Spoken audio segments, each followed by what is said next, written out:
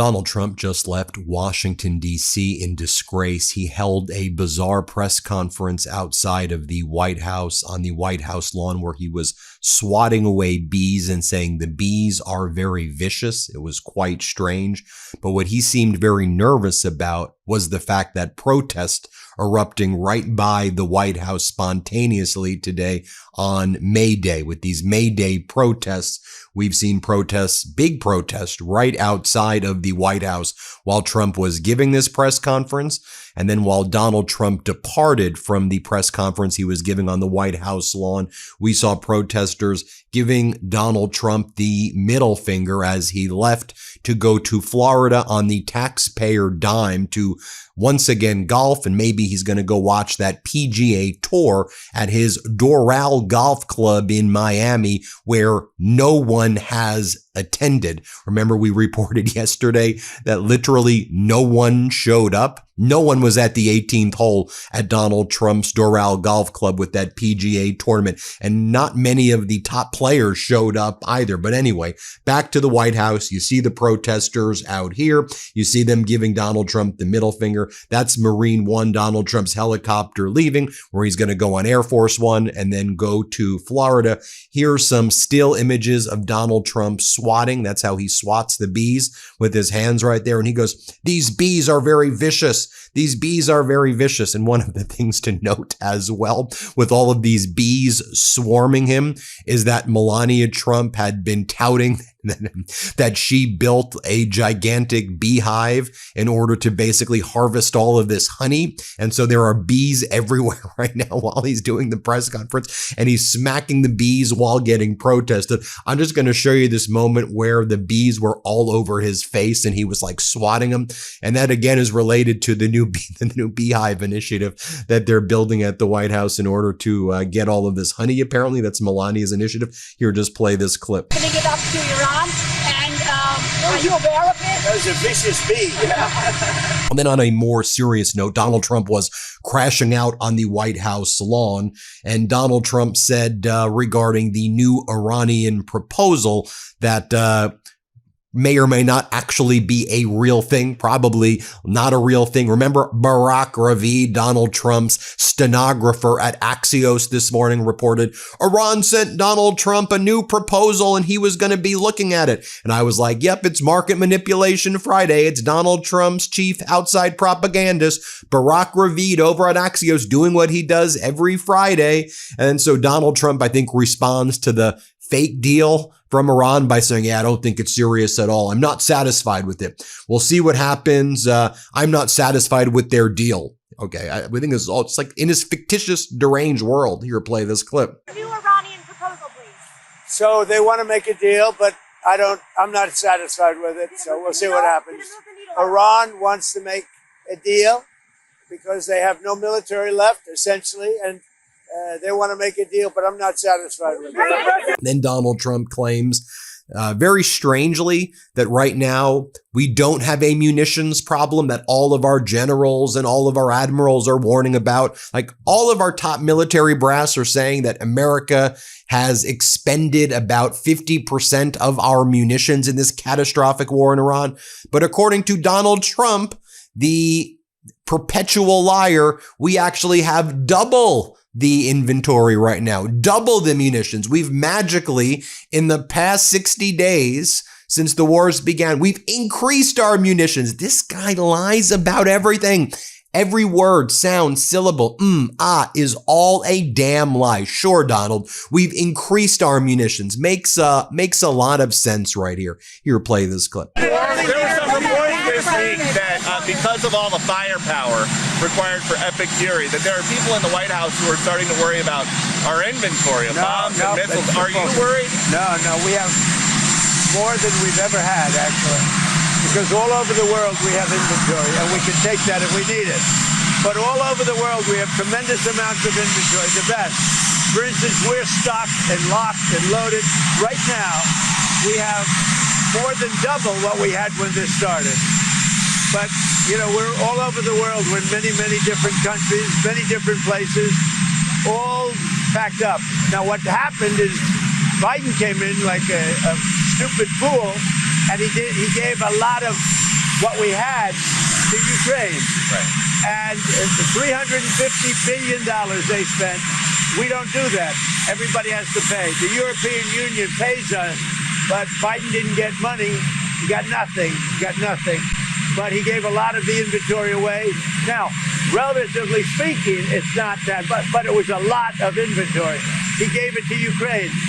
We filled it up, but we have inventory from all over the world. And it should be noted that everything that Donald Trump does is projection and confession, because I think the reality is that he was briefed on the fact that Iran has increased their weapons since the war began because they make it much cheaper. Their Shahed drones take $20,000 to make and sometimes less. They're also making lots of dummy drones. Their weapons are actually cheaper. So perhaps that's what he was talking about. Anyway, back to the White House lawn where Donald Trump is getting, he's afraid of being stung by bees, apparently. Donald Trump then says regarding congressional authorization of the war, because the 60 days are basically up and he requires congressional authorization for the war. Frankly, he required congressional authorization from the outset. Donald Trump's like, yeah, I don't really need to do that. He goes, the Strait of Hormuz is flawless right now. It's a flawless strait.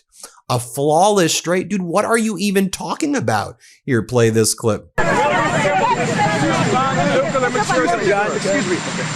Mr. President, it's day 60. Are you going to seek congressional authorization for... Well, no other country has ever done it. It's never been, as you know, most people consider it totally unconstitutional. Also, we had a ceasefire, so that gives you additional time. But no other country's done it. We're in the midst of a big victory. This is a victory like we haven't had since Venezuela, okay, to be honest with you. We haven't had, but, you know, we have a country that lost its way. It really lost its way. That's our country in terms of the military. Now we have a great military. We're on our way to another victory, a big victory, and I don't think that it's constitutional what they're asking for. These are not patriotic people that are asking. You know, when they say, even the losers, even the ones that say all the wrong things, admit that it's been amazing what we've done.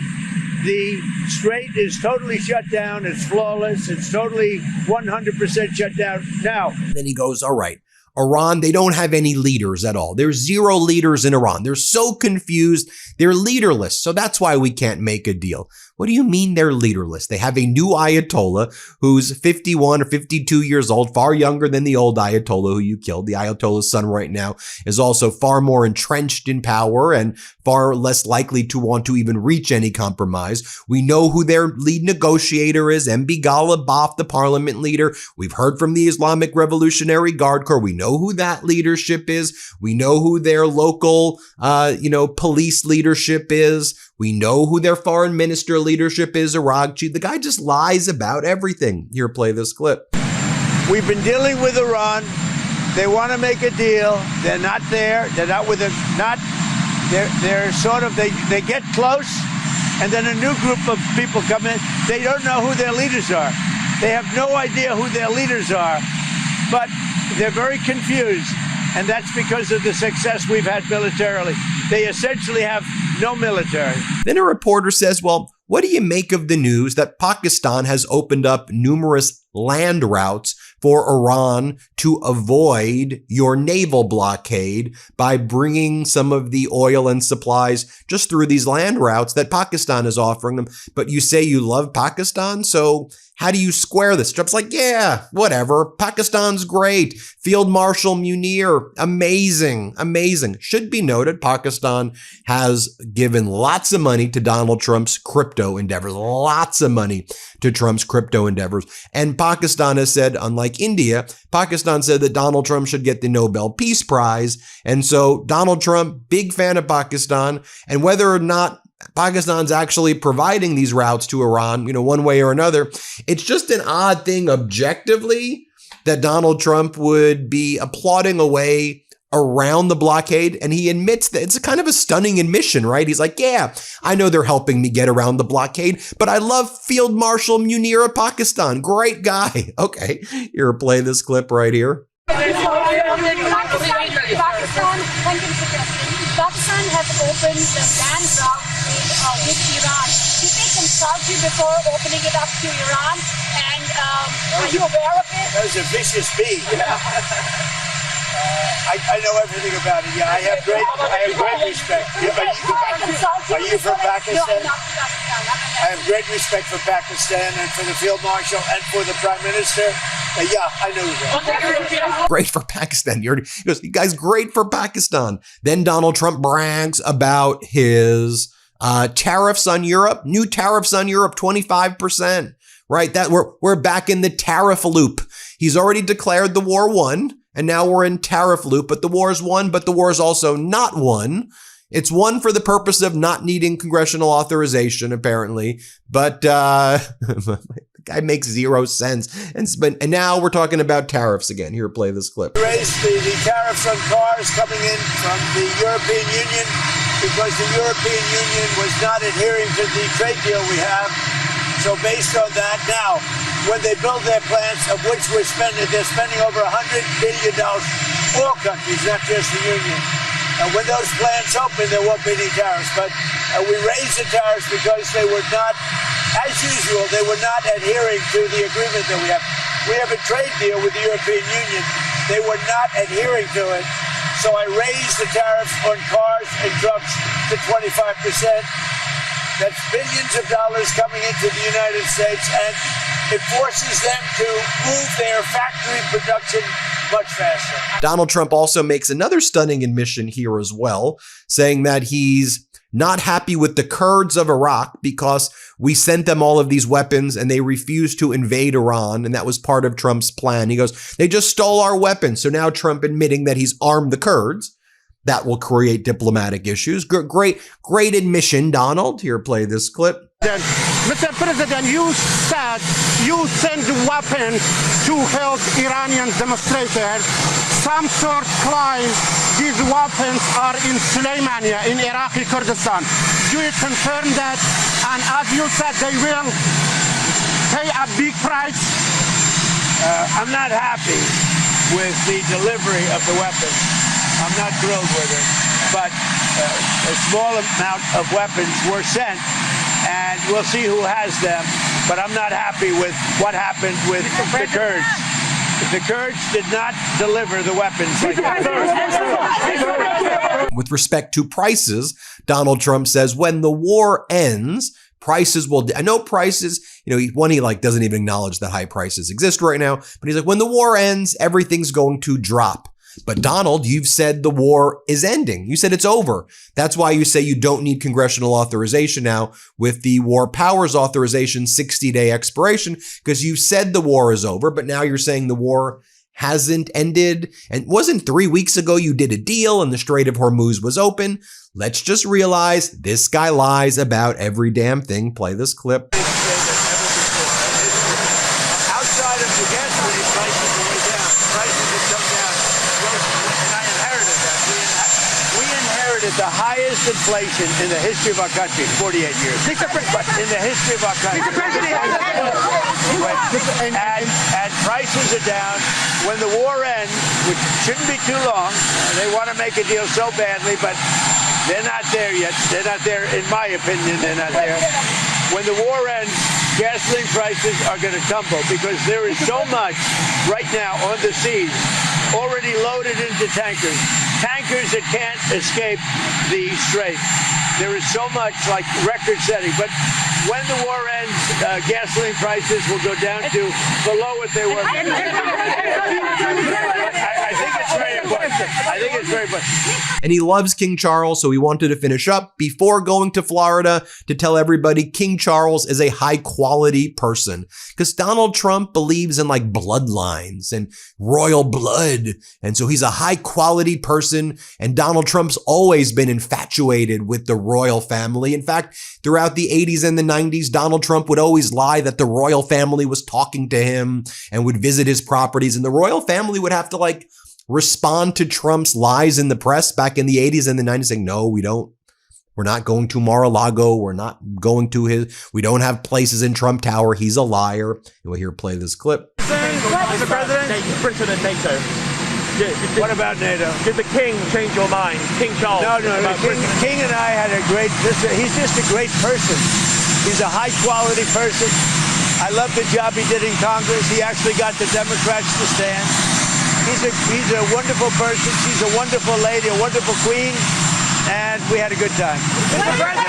And then Donald Trump, of course, making more social media posts about tariffing Europe. Well, there you have it, folks. Let me know what you think.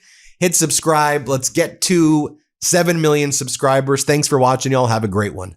Want to stay plugged in? Become a subscriber to our Substack at MeidasPlus.com. You'll get daily recaps from Ron Filipkowski, ad-free episodes of our podcast, and more exclusive content only available at MeidasPlus.com.